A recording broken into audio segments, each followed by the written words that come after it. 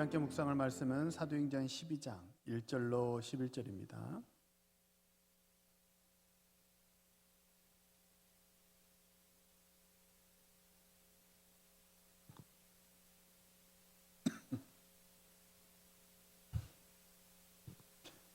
사도행전 12장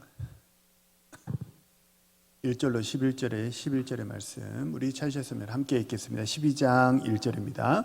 그때 헤롯 왕이 손을 들어 교회 중에서 몇 사람을 해하려 하여 요한의 형제 야고보를 칼로 죽이니 유대인들이 이를 기뻐하는 것을 보고 베드로도 잡으려 할 때는 무교절 기간이라.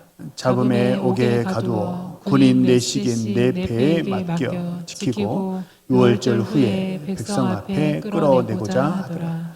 이에 베드로는 옥에 갇혔고 교회는 그를 위하여 간절히 하나님께 기도하더라. 헤롯이 잡아내려고 하는 그 전날 밤에 베드로가 두 군인 틈에서 두 쇠사슬에 매여 누워 자는데 파수꾼들이 문 밖에서 옥을 지키더니 호련히 주의 사자가 나타나며 옥중에 광채가 나타나며 또 베드로의 옆구리를 쳐 깨워 이르되 급히 일어나라 하니 쇠사슬이 그 손에서 벗어지더라. 천사가 이르되 띠를 띠고 신을 신으라 하거늘 베드로가 그대로 하니 또 천사가 또 이르되 겉옷을 입고 따라오라 한데 베드로가 나와서 따라갔으되 천사가 하는 것이 생시인 줄 알지 못하고 환상을 보는가 하니라. 이에 첫째와 둘째 파수를 지나 시내로 통한 쇠문에 이르니 문이 저절로 열리는지라. 나와서 한 거리를 지나매 천사가 곧 떠나더라. 이에 베드로가 정신에 들어 이르되 내가 이제야 참으로 주께서 그의 천사를 보내어 나를 헤롯의 손과 유다의 백성의 모든 기대에서 벗어나게 하신 줄 알겠노라 하여 아멘. 할렐루야. 오늘 예배에 오신 우리 하나님의 백성들을 주님의 이름으로 환영합니다. 우리 한번 앞뒤 좌우 옆상과 서로 인사하시죠. 하나님 당신을 사랑하십니다. 한 번만 더 인사하시죠. 하나님을 더 바라봅시다. 한번 고백하겠습니다. 나는 복 받은 사람입니다. 나는 복 많이 받은 사람입니다. 많이 두들길수록 많이 받은 것 같은 느낌이 확신이 들어요. 하나님이 언제나 우리와 함께 하시는 줄로 믿습니다. 오늘은 기도하면 하나님이 일하십니다 라는 제목으로 기도 시리즈 네 번째 시간 하나님의 말씀을 전하겠습니다. 아주 오래전에 스타워즈라는 영화가 있었습니다. 혹시 기억하십니까? 한 명 기억하십니까? 보지는 않았더라도 다 스타워즈라는 이름은 기억하시죠? 스타워즈라는 영화가 되게 인기가 있었는데 그 스타워즈를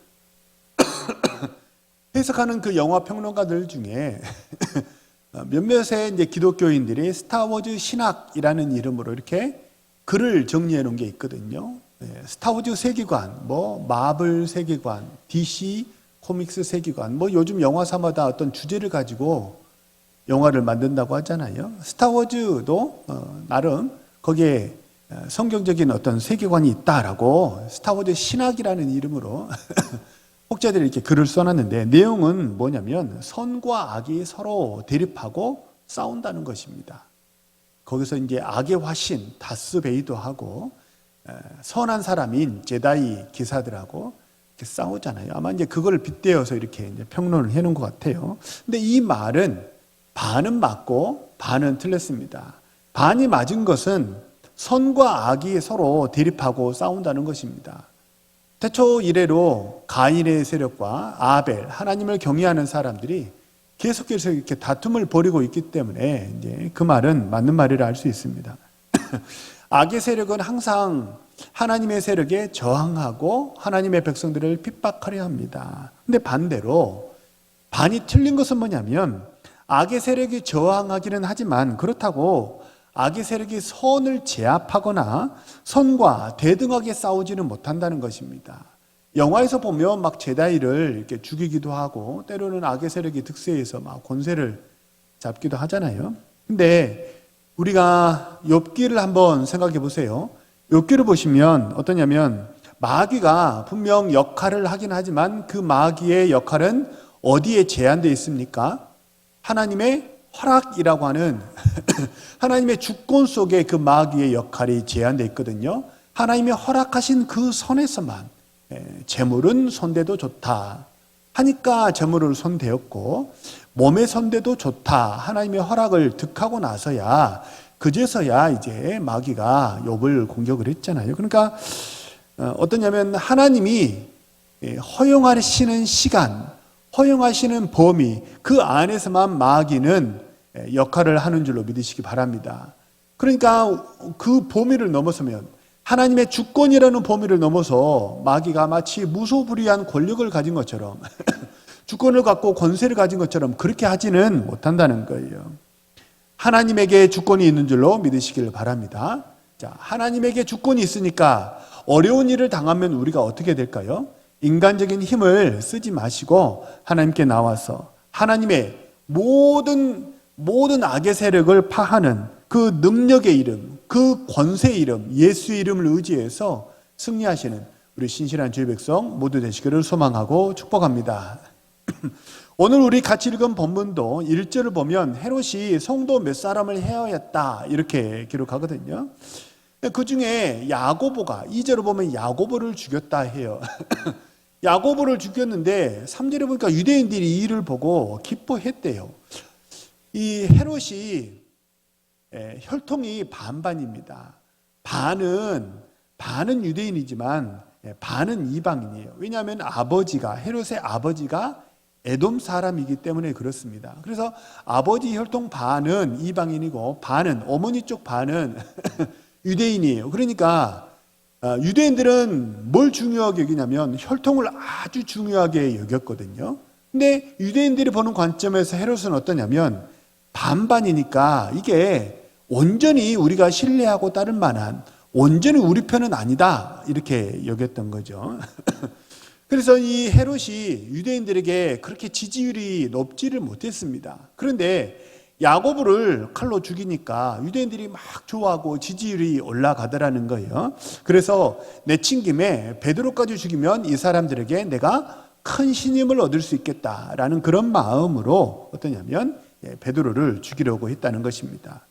3절에 보면 그때가 이제 무교절 기간이라고 성경은 말합니다. 무교절은 유월절 다음 날부터 7일간 누룩 없는 떡을 먹으면서 유월절을 기념하는 절기가 무교절입니다.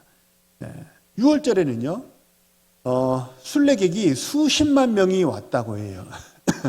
혹자는, 어떤 역사학자는 순례객이 100만 명에 이르렀다, 그 제사하는 수가 그렇게도 증언을 하거든요. 그러니까 엄청 많은 순례객이 오는데 이 많은 사람들 앞에서 내가 베드로를 죽이면 그러면 이 사람들에게 내가 인기가 더 많이 올라가지 않을까? 그런 마음을 가지고 있었던 거죠.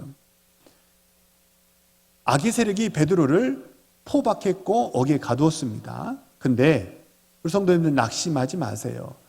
비록 악의 세력이더라도 하나님은 그 악의 세력을 활용하셔가지고 하나님의 선한 일을 이루어 가시는 줄로 믿으시기를 바랍니다. 그래서 이 헤롯의 위협을 통해서 이 사도행전 12장이 우리에게 교훈하는 것이 두 개인데, 하나는 뭐냐면 이렇게나 상황이 어렵더라도 기도하면 문제가 풀린다는 거예요. 아멘. 따라서 한번 해보시죠. 이렇게도 상황이 어렵지만 기도하면 풀릴 줄로 믿습니다. 그게 첫 번째 교훈이고요. 두 번째는 이렇게나 상황이 어렵더라도 그 속에 돕는 하나님의 은혜가 있다는 거예요. 한 번만 더 따라해 보시죠. 이렇게나 어렵더라도 돕는 은혜가 있을 줄 믿습니다. 상황이 아무리 어렵더라도 기도하면 하나님이 일하시고, 아무리 상황이 어렵더라도 기도하면 그 속에 하나님의 돕는 은혜가 우리 눈에 보이게 되고 발견하게 될 줄로 믿습니다. 첫 번째, 하나씩 살펴보면 상황이 아무리 어렵더라도, 상황이 어려우면 어려울수록 이 어려운 상황을 뭔가 좀 반전시킬 만한, 뒤집을 만한 그런 반전의 계기를 우리가 만들어야 합니다. 자, 상황을 반전시킬 만한 그 계기, 그게 뭘까요? 한마디로 말하면 그게 뭐예요? 그게 기도입니다. 기도는 상황을 바꾸는 하나님의 열쇠인 줄로 믿으시기 바랍니다. 기도는 열쇠예요. 닫힌 문을 열고 메인 차고를 풀어버리는 하나님의 만능 키가 기도라는 거예요. 그래서 기도하면 하나님이 일하신다는 거예요. 감옥은 지하 감옥이었습니다. 아주 어둡고 습하고 병균과 온갖 그런 좋지 못한 그런 것들이 아주 많은 곳이 지하 감옥입니다. 하지만 기도하면 어둠이 지배하고 있는 그 지하 감옥에도 하나님의 복음의 빛이 비치게 될 줄로 믿으시기 바랍니다. 소망이 없는 곳에 하나님의 소망이 생기게 될 줄로 믿습니다. 그래서 악한 세력이 아무리 우리를 공격한다 손 치더라도, 그리고 아무리 빗장을 걸어 잠근다 손 치더라도 기도하면 하나님이 그 악의 진을, 악한 영의 그 견고한 진을 파하시고 그리고 닫혀있는 빗장을 여신다는 거예요. 그것을 하나님이 우리에게 말씀하시는 겁니다. 예전에는 교회에서 수련회 가고 하면 제일 많이 뭐 했어요? 제일 많이 한 게 뭐예요? 기도회였습니다. 옛날에는 수련회 간다 그러면 하나님 은혜를 예비하시는 줄 믿습니다. 좋은 날씨도 예비하신 줄 믿습니다. 은혜 받게 하실 줄 믿습니다.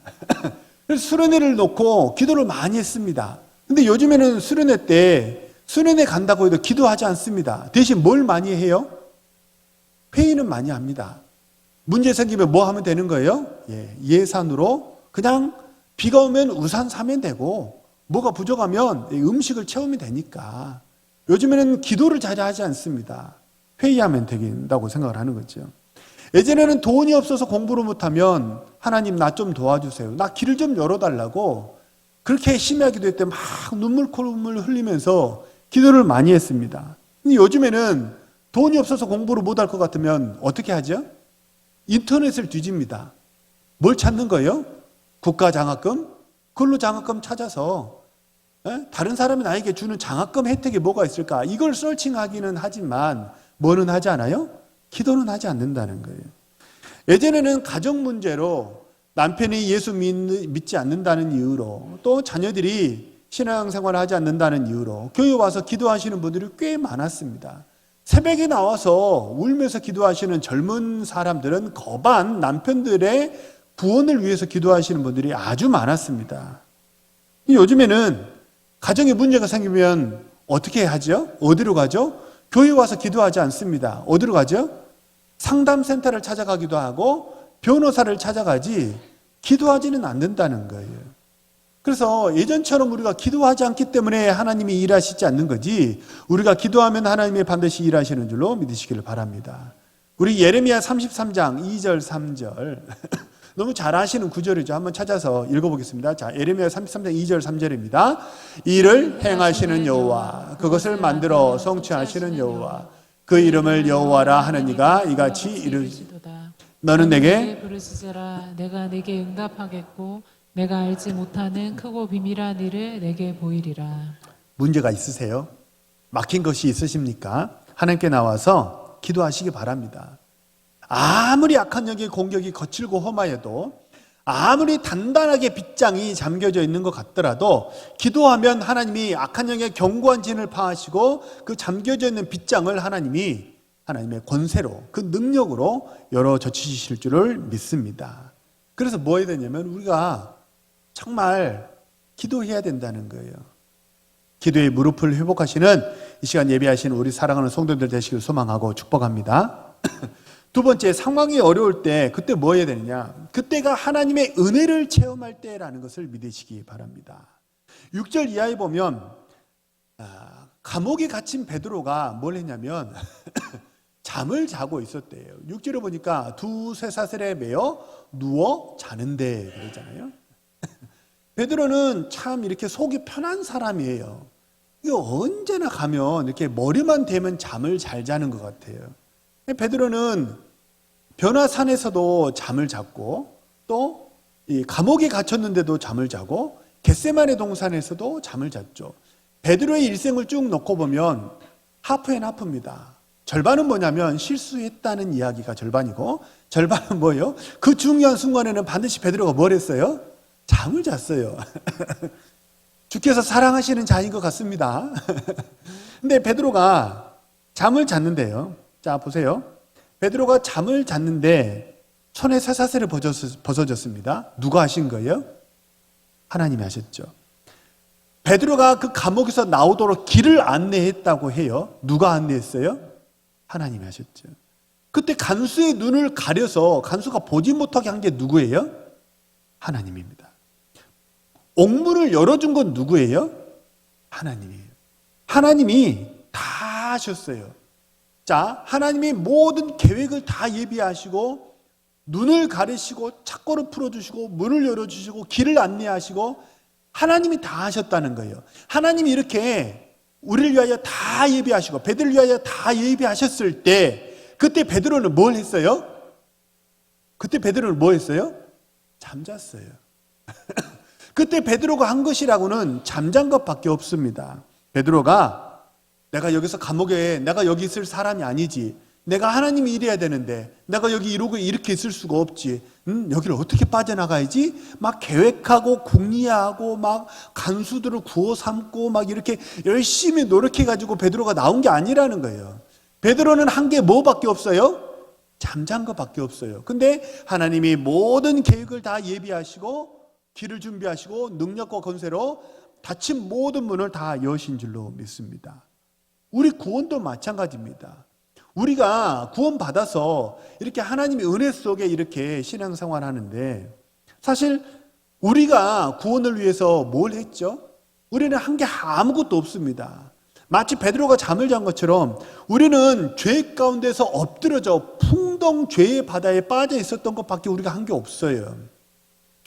우리가 구원을 위해서 절묘한 계획을 내가 거듭나려면 뭘 해야 되지? 거듭나려면 어떻게 해야 되지? 계획하면서 막 준비했던 것도 없고요. 노력했던 것도 없고요. 공로를 쌓은 것도 아무것도 없습니다. 오히려 우리가 한 것은 뭐밖에 없어요? 선을 행하여서 하나님을 기쁘시게 하기보다 우리는 뭐 했어요? 마음속의 정욕과 욕심을 따라서 자의적으로 판단하고 자의적으로 생각해서 이사야 53장에 나오는 것처럼 뭐 했어요? 각기 제 길로 갔거늘. 나는 여기가 좋다고 하나님이 여기로 가라 그래도 난 여기가 좋다고 이 길이 맞는 것 같다고 내 생각대로 내 판단대로 좋으면 받고 싫으면 뱉고 쓰면 닫고 달면 삼키고 이런 인생을 살았던 게 사실 우리 인생입니다. 근데 그런 우리를 위해서 하나님이 어떻게 하셨냐면 만세 전에 우리를 하나님의 자녀 삼으시고 우리를 예정하셨는 줄로 믿습니다. 그리고 하나밖에 없는 아들을 이 땅에 보내셔서 우리 모든 사람에게 천국 복음을 전해주셨고 그리고 물과 피를 십자가에서 다 쏟아 흘리시면서 그래서 우리의 구원이 완성되었는 줄로 믿습니다. 그래서 베드로가 지금 옥중에서 풀려났다라고 하는 것이나 우리가 구원받았다고 하는 것이나 그게 별반 다르지 않습니다. 별반 다르잖아요. 다 하나님이 하셨고 다 하나님의 예비하신 은혜가 있었다는 거죠. 자, 9절에 보면 베드로가 뭐라고 그러냐면 베드로가 다 나와서 따라 나가면서 속으로 생각을 했다는 거예요. 이게 꿈인지 생신지 잘 알지는 못했다. 이렇게 얘기를 하거든요. 은혜가 그래요. 자, 우리는 구원받을 때 은혜로 구원받았다. 이렇게 말합니다. 그게 루터가 말했고 칼빈이 말했다는 거죠. 근데 받은 사람은요. 은혜를 받은 사람은 어떠냐면 이것을 위해서 얼마나 많은 희생이 들어가고 수고의 땀을 흘렸는지 알지를 못합니다. 그래서 뭐라고 얘기하냐면 거저 받았다라고 얘기를 한다는 거예요. 근데 은혜를 베푸는 사람 입장에서는 어떻습니까? 그게 그렇게 쉽고 간단한 일이 아니라는 거예요. 은혜는 그렇게 쉽고 간단한 게 아닙니다. 하나님의 놀라운 수고와 노력의 대가가 우리에게 부어진 은혜인 줄로 믿습니다. 그래서 제가 일전에도 한번 말씀드렸지만 우리는 성탄절이 되면 12월 25일 날 되면 고요한 밤 거룩한 밤 우리는 노래하고 찬양합니다. 그날이 고요한 밤이고 거룩한 밤이었대요. 하지만 그날은 절대 고요한 밤이 아니었어요. 우리가 보기에는 은혜를 받은 우리는 고요한 밤이었지만 예수 그리스도를 이 땅에 내려보내신 저 천상의 하나님의 마음은 절대로 고요하지 않았어요. 하나밖에 없는 내 아들을 사지로 보내시는 그 결단의 날이었기 때문에 하늘나라에서는 잘 감당할 줄로 믿는다고. 내가 너를 보내도 그래도 내가 너를 버린 게 아니라고. 내가 언제나 너와 함께 할 거라고. 저 하늘나라에서는 하나님의 눈물과 수고의 땀방울이 흘려진 그 날이 12월 25일인 줄로 믿습니다. 그래서 은혜라는 게 그래요. 은혜는 받은 사람은 거저라고 생각하지만 은혜를 베푼 사람은 결코 그것이 거저가 아니라는 거예요. 한번 예를 들어보죠. 우리 집에 있는 자녀가 배가 고프다 하면 부모님 어떻게 하세요? 밥을 주죠. 밥 안 주십니까? 밥은 주시잖아요. 그죠? 네. 배가 고프다 하면 밥을 줍니다. 옷이 찢어졌다 그러면 어떻게 해요? 옷을 사주지요. 공부하는데 교과서, 책을 사고 참고서를 사야 된다 그러면 어떻게 하세요? 책을 사주죠. 그러니까 자녀가 생각합니다. 어라 이것 봐라. 내가 말만 하면 다 되네. 내가 옷 사달라고 그러면 옷 사주고, 밥 달라고 그러면 밥 주고, 책 달라면 책 주고. 자녀 입장에서는 보니까 어라 이게 말만 하면 다 되네. 아 이거 봐라 엄청 쉽네. 거저먹기네. 라고 자녀가 생각한다면 그러면 어떻게 생각하세요? 부모 입장에서 완전히 잘못 생각한 거죠. 완전히 잘못 생각한 거죠. 자녀에게 그 학원을 보내기 위해서, 자녀에게 그 영양가 있는 밥을 먹이기 위해서 부모는 어떻게 했습니까? 쓰고 싶은 것 쓰지 않았죠. 하고 싶은 것 하지 않았죠. 자기가 먹을 것 안 먹고 자기가 쓸 것 안 쓰면서 피곤한 몸을 이끌고 날마다 출근하고 야근하면서 그렇게 한 노동의 대가로 자녀에게 그런 은혜의 혜택이 부어지는 것 아닙니까? 그래서 우리가 노래하죠. 해마다 5월 8일 되면 요즘에는 잘 안 부르나요? 어버이 은혜가 하늘보다 높고 크다고. 그래서 우리가 어버이 은혜가 크다고 노래하는 것 아닙니까? 그래서 우리가 값없는 은혜라고 말하는 거, 그것은 꼭 기억하세요. 우리가 은혜가 값없는 은혜입니다 라고 말할 때 그것은 누구의 입장이에요? 그건 우리 입장이에요. 그 은혜가 공짜였기 때문에 값없는 은혜라고 말하는 게 아닙니다. 그 은혜를 값으로 매길 수 없으려마치 아주 고귀하기 때문에 그 은혜를 값없는 은혜라고, 값을 매길 수 없는 priceless예요. 이거는 값어치가 없다는 말이 아니고 가격을 매길 수가 없는 그런 돈으로 환산할 수 없는 그런 희생이기 때문에 우리가 값없는 은혜라고 거저주는 것인 줄로 믿으시기 바랍니다. 우리 본문 11절 말씀을 같이 한번 읽어볼까요? 11절입니다. 시작. 이에 베드로가 정신이 들어 이르되 내가 이제야 참으로 주께서 그의 천사를 보내어 나를 헤롯의 손과 유다 백성의 모든 기대에서 벗어나게 하신 줄 알겠노라 하여. 11절은 무슨 얘기냐면 정신을 차리고 보니까 이 전후 맥락을 다 깨닫고 보니까 모든 터널을 다 지나고 보니까 어떻게 됐다는 거예요? 이게 그 과정 속에는 내가 꿈인지 생신지 이게 깨닫지를 못했었는데 다 지나고 보니까 이게 누가 하신 거라는 걸 깨달았다는 거예요? 이게 누가 하신 거예요? 하나님이 하신 거예요. 하나님이 이제야 참으로 주께서 그의 천사를 보내셔서 나를 벗어나게 하시고 나를 구원하셨다는 것을 깨달았다는 거예요. 그래서 모를 때는 이게 어디서 왔는지 알지 못합니다. 그러나 다 지나고 봤을 때, 정신을 차리고 봤을 때, 성령 충만하고 보니까 이게 누구의 은혜예요? 다 하나님의 베푸신 은혜였다는 거예요. 모를 때는 쉬워 보입니다. 모를 때는 간단해 보입니다. 하지만 알고 보니까 다 여호와 일의 은혜였다는 거예요. 우리가 지금 기도 시리즈를 매주 살펴보는데 첫 번째가 뭐였어요? 기도하면 뭐 하게 된다는 거예요? 발견하게 된다는 거예요. 기도하면 비로소 여호와 일에, 아브라함이 이삭을 죽이려 할 때 수풀에 걸려있는 순양을 보지를 못했지만 기도하니까 비로소 보인다는 거예요. 그 은혜는 누구에게도 베풀어지는 거예요? 하갈에게도 베풀어집니다. 하갈은 언약의 부인이 아니고 이스마엘은 언약의 자녀가 아닙니다. 그럼에도 불구하고 하나님이 뭘 주시는 거예요? 일반 은총을 주시는 거예요. 햇빛, 공기, 물. 그래서 돌 하나쯤, 화살 한 방쯤 이렇게 쏠 거리에 우물이 있다는 걸 발견하게 됐잖아요. 깨닫고 보니까 그렇게 되더라는 거예요. 오늘은 뭐냐면 기도하면 하나님이 일하세요. 하나님이 우리를 위하여 모든 것을 예비하시고 진행시키시고 완성하실 줄로 믿으시기를 바랍니다.